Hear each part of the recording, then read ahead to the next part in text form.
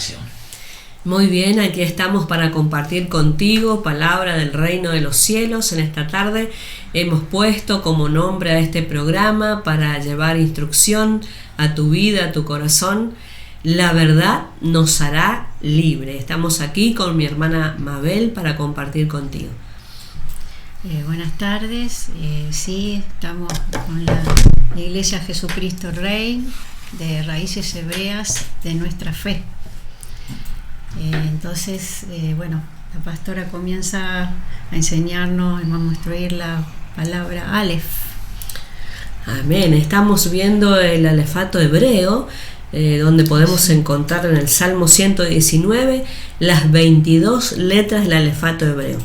Y hemos puesto en nuestro corazón, ya primero en el corazón de Dios, ¿no? Y poniendo en el corazón de mi hermana, en mi corazón, para compartir contigo lo que hemos recibido de gracia. Dice la palabra que lo que recibimos de gracia debemos dar de gracia. Entonces comenzar a compartir contigo las letras, las 22 letras de ese alefato hebreo, que comienza justamente, como dijo mi hermana, con la letra Aleph. Esta es la primer letra, el número 1. Entonces queremos comenzar a ir desarrollando cada letra y hoy vamos a ver un poquito de Aleph, pero primeramente vamos a ver quién escribió ese Salmo 119. ¿Algo de esta letra, Mabel? Y a mí me impacta, ¿no? La cabeza de buey, que era en el antiguo alfabeto que escribían antes. Su aspecto, ¿no? Que es fuerza, poder, y eso le da lo relaciona con nuestro Dios, con nuestro Elohim. Y el número 1 también, ¿no? Que es la cabeza como la autoridad, como lo primero. Aquí del otro lado, mi hermana aquí muy prolijo hizo su trabajo. Tenemos el significado de esta letra Aleph, de esta primer letra del alefato hebreo, y la verdad que su significado trae mucha enseñanza para nuestras vidas, para aquellos que realmente están buscando de la presencia del eterno Dios que vaya creciendo en nosotros. Y acá dice el valor, ahí podemos ver que el valor es 1, número 1, dice eterno, unidad, totalidad. Wow, ¿cuánto tenemos para decir de esto, Mabel? Para ¿no? hablar, sí, así es. Y lo vamos a ir desarrollando de a poquito. Él es el eterno, Él es principio y fin, es unidad que une a aquellos que son su pueblo, sus hijos, y totalidad. En Él se encuentra toda la totalidad. Amén, esa llenura, ¿no, Mabel? Cuando llega a nuestras vidas realmente hace ese Señor que es dueño y amo de nuestras vidas. Y nos dice que no hay nada que no esté fuera de Él. Amén. Él es todo para nosotros. Amén. Y acá también tiene otro significado. Y el principio, por eso nosotros íbamos a estudiar el Salmo 119, donde comienza la letra Aleph y que termina con la letra Tav. Principio y fin. Y el alfa y el omega. Exactamente. ¿No? Lo conocíamos por griego nomás, sí. ¿No? O en español, principio y fin. Pero en el alefato hebreo es Aleph, que aquí tenemos a la letra, hebreo moderno y hebreo pictográfico antiguo. Este es Aleph, el principio. Por eso que queremos compartir contigo desde el principio, de lo primero, nuestro Señor, nuestro Mesías, ver realmente desde el principio, desde el Bereshit, desde el Génesis, podemos comenzar a conocerle a nuestro Mesías Yeshua. Amén. Y vamos a comenzar con las escrituras y vamos a ir viendo de que el Salmo 119 lo escribió el rey David. Y para llegar a ese Salmo 119, estábamos hablando aquí con mi hermana Mabel, tenía que pasar cosas tremendas en la vida de David. Un hombre común y corriente, como yo, como usted, pero tuvo también sus situaciones en su vida, momentos que ha pasado tribulación, momentos de quietud, de soledad, ha cometido errores, como todo. Pero queremos ver un poquito de su vida para él poder llegar a ese Salmo 119.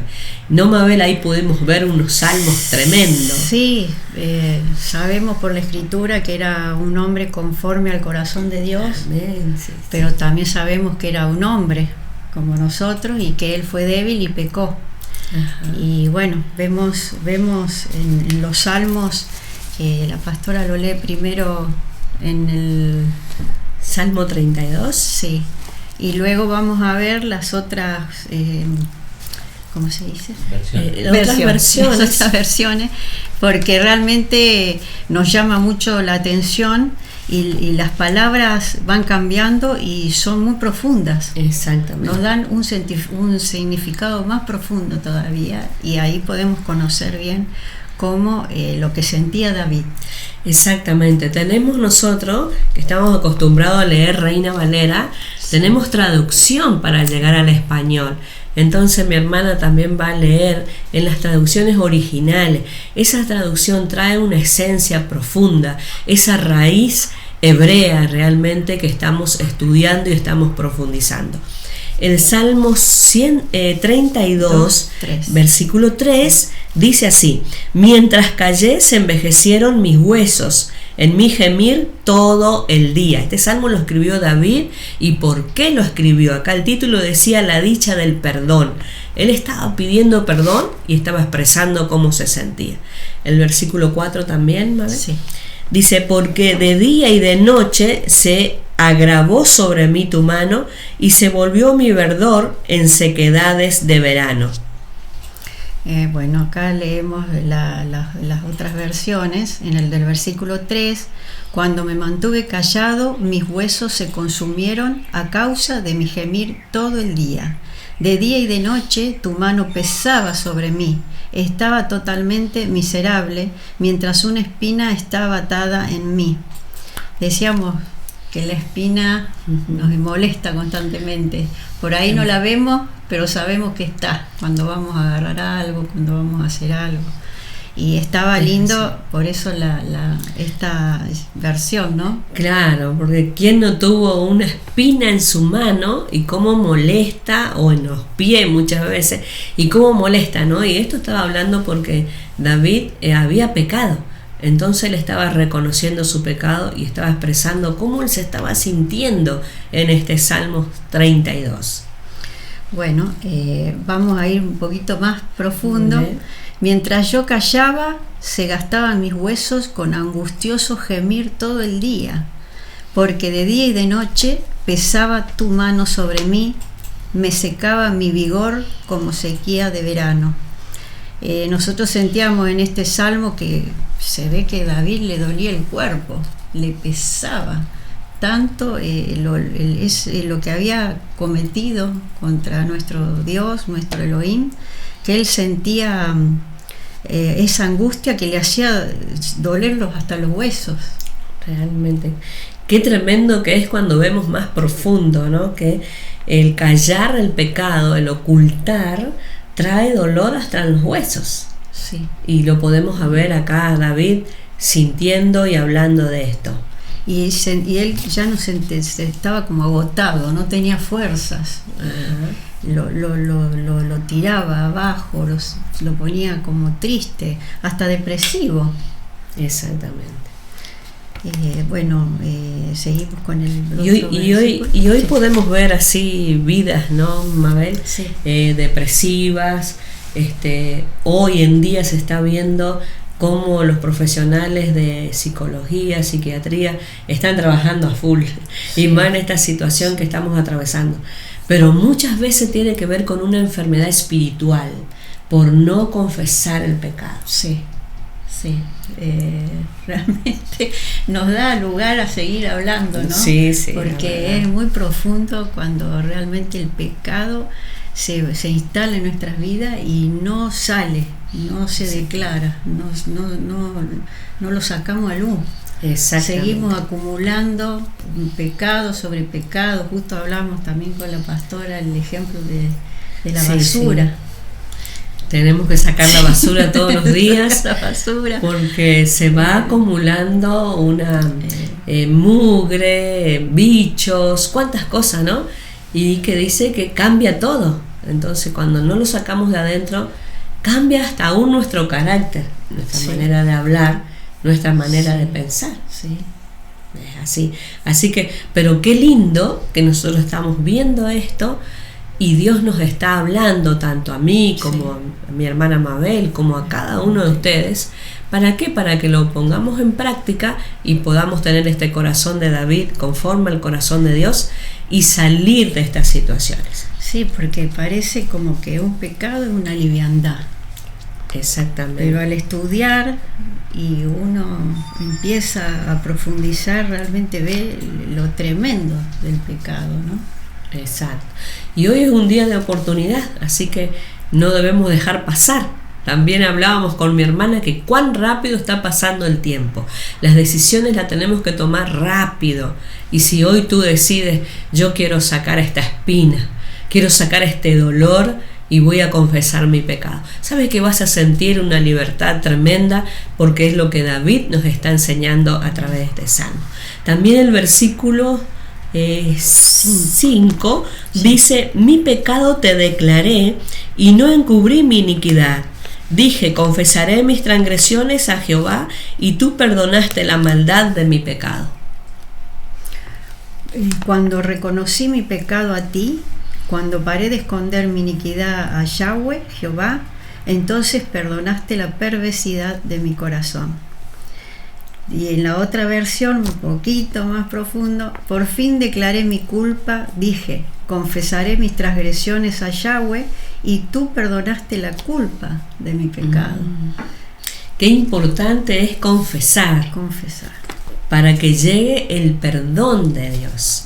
Y esto siempre lo digo en Mabel, que a veces la persona tiene vergüenza de hablar con otra persona, de decirle, pero la Biblia nos enseña que dice: cerrada la puerta de tu habitación, habla en secreto. Y aquel que ve en lo secreto, que es nuestro Padre, nuestro Elohim creador, Él dice que te va a recompensar y te va a exaltar en público, porque Él ya vio, ya oyó tu actitud de reconocer el pecado.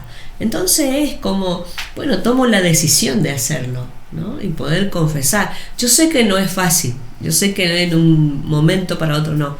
Es a través que uno va viendo y escuchando la palabra y diciendo: yo necesito ese perdón.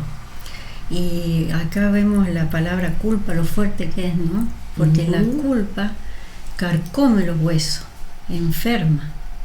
Es como si tuviera ese dolor, ese gemir. Exactamente.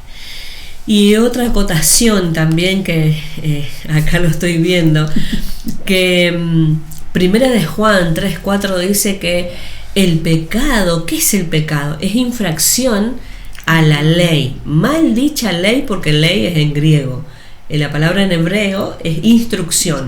Entonces, ¿qué es pecado entonces? Cuando infringimos las instrucciones de Dios. Por ejemplo, los 10 mandamientos. A veces decimos: sí, yo amo a Dios, pero a mi hermano que me hizo algo que no me gustó, bueno, a ese ya no le amo tanto. Y ahí estamos infringiendo un mandamiento, una instrucción del eterno Dios. Es como, a ver, siempre ponemos el ejemplo, la ley de tránsito más conocida. Si yo infrinjo una, qué sé yo, el paso en rojo, el semáforo, ¿qué va a hacer? Me van a cobrar una multa y no, voy a tener que pagar. Tenemos una consecuencia. Exactamente. Entonces así es el pecado, infringir la ley. Y David había infringido la ley o la instrucción del eterno Dios, por eso él se sentía de esta manera. Porque aquel que no tiene temor a Dios dice: bueno, hice esto, hice aquello y sigo adelante. Pero la persona que sabe que hay un Dios que le ve y un Dios que podemos tener consecuencia de nuestros hechos, dice: no, voy a confesar mi pecado, me voy a arrepentir. Y esto es lo que estamos viendo de la vida de David, para él poder llegar al nivel de escribir el Salmo 119. Sí, y vio, pastora, que la culpa no te deja tener paz. Exactamente. Uno ya no duerme bien, está sobresaltado, incómodo, algo hay mal que está ahí escondido. Y la culpa trae muchas consecuencias en la salud también. En la salud, es así. Siempre lo dice el pastor, ¿no? Puede tener el mejor juego de dormitorio, el más caro, pero no poder dormir. O sea, ¿qué es lo mejor entonces? Tener paz, como decía mi hermana, de poder dormir, descansar y estar tranquilo. Vamos a seguir con el versículo 32:8. 32:8. Sí. Dice: te haré entender y te enseñaré el camino en que debes andar. Sobre ti fijaré mis ojos. No seas como el caballo, como el mulo, sin entendimiento, que han de ser sujetados con cabestro y con freno, porque si no, no se acercan a ti. Bueno, aquí en la versión dice: te instruiré y te enseñaré el camino en que debes andar. Yo te daré consejo, mis ojos estarán observándote. No seas como el caballo o el mulo que no tiene entendimiento, que debe ser sujetado, convocado y freno, de otra forma no vienen a ti. Y otra versión: déjame darte entendimiento y enseñarte el camino, déjame aconsejarte, no te perderé de vista. Pero no seas irracional como el caballo y el mulo, cuyo brío hay que domar con freno y convocado. Lejos está de ti. Yo ahí hablaba a la pastora, le decía cómo es el caballo, el brío. Buscamos cuando está un caballo nervioso, inquieto. Exacto. Que su carácter no se dejaba manejar, tiene que ser dominado, y así por eso nos compara con el caballo, ¿no? Que nos tiene que poner un freno para que se puedan acercar. Exacto. Mire el ejemplo que usa David, ¿no? Él mismo se sentía de esa manera, por eso él pone como ejemplo aquí. Y el estado más bajo del ser humano es el estado animal, como decía mi hermana, cuando no lo puede dominar, sujetar. Entonces por eso es importante la instrucción. Ahí comenzaba diciendo: te enseñaré, te instruiré. Dios, que es Padre, nos enseña, nos instruye. Ahora nos está enseñando en este momento. Entonces cuando nos dejamos enseñar, nos dejamos guiar por el Espíritu de Dios, cuando lo recibimos y está dentro de nosotros, ya comienza a tomar dominio de ese instinto animal, de querer ahí saltar, correr, hacer como queremos, y no dejar que el Espíritu Santo tome dominio y control de nuestras vidas. Qué hermosos ejemplos que da David aquí, y fíjese que si él lo estaba expresando es porque él lo había vivido. Claro, había sido insensato. Exacto. Él, al no dejarse en ese momento aconsejar, él siguió su instinto. Cuando vio a Betsabé, ¿no?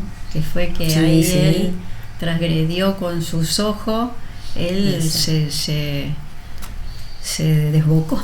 Exactamente. Por decirlo así. Es así. Fíjese el instinto animal que fuerte que es en una persona.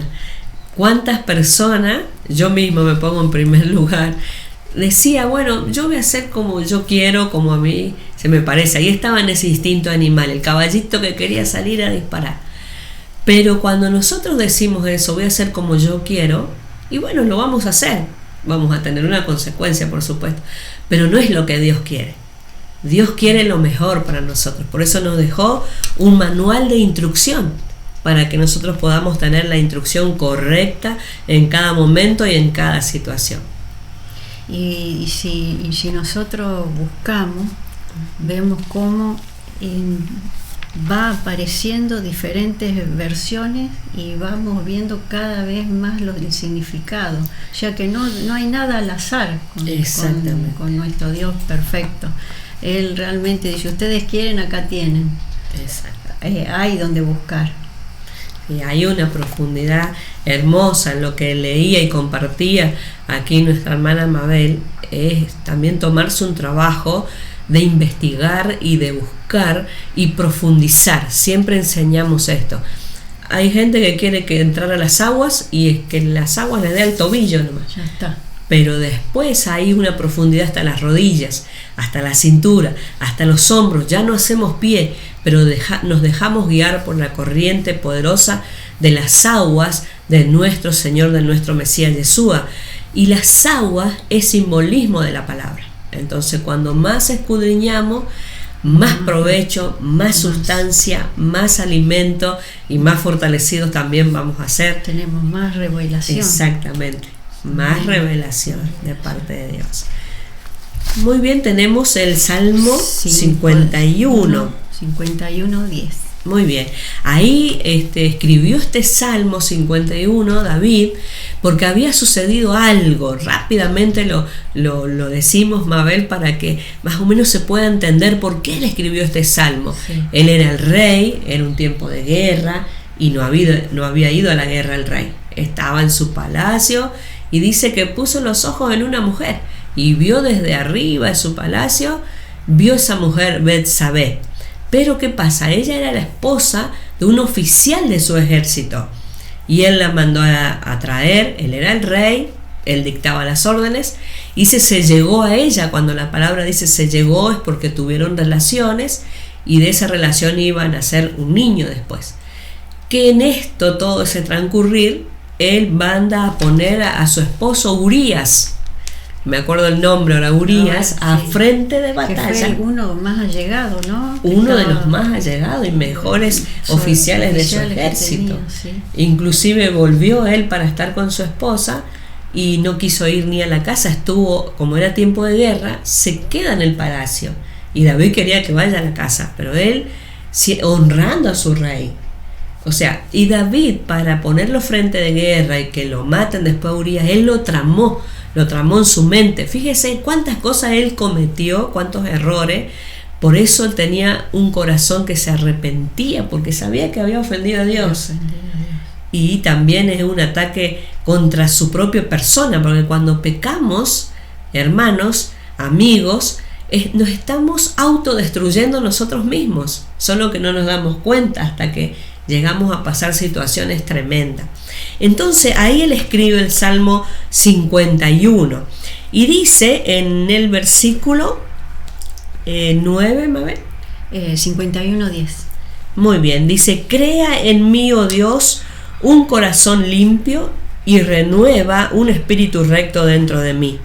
No me eches de tu presencia de delante de ti y no quites de mí tu Santo Espíritu. Vuélveme el gozo de tu salvación y espíritu noble me sustente. Bueno, aquí vamos a buscar en la otra versión. Dice: crea en mí, oh Elohim, una mente pura y renueva un espíritu recto dentro de mí. No me eches de tu presencia y no me quites tu espíritu de santidad. Él sintió que se había alejado del Espíritu Santo de él. Y bueno, ahí yo creo que sintió todo ese pesar, esa desolación, que el peso del pecado que había cometido era tanto que él quería que Dios le haga un corazón nuevo.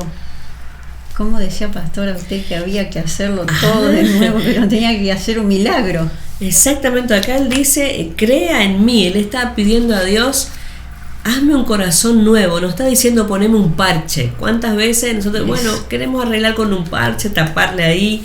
Y no, dice que en la palabra de Dios que no se puede poner remiendo nuevo en una tela vieja, que hay que hacer todo nuevo. Entonces él fue sabio de decirle a Dios: crea en mí, oh Dios, un corazón limpio, porque él había ensuciado su corazón con todo lo que había hecho. Y le estaba pidiendo al Dios creador que pueda hacer todas las cosas nuevas: ponme un corazón nuevo. Yo creo que todos necesitamos ese clamor y ese pedido a nuestro Dios: hazlo nuevo, Señor, porque ya hemos fallado y queremos comenzar de cero. Y el eterno Dios nos da la oportunidad. Nos da la oportunidad. Hoy es un día de oportunidad. Renueva su misericordia. Renueva su su misericordia. Así aprendemos amén. Palabras exactamente. En hebreo. Renueva su misericordia y su ruaj quiere hacer algo nuevo en nosotros. Y el versículo, ahí tenemos el versículo 11, donde dice: no me eches de tu presencia y no me quites tu Espíritu Santo, que él ahí ya realmente vio el vacío, sintió el vacío.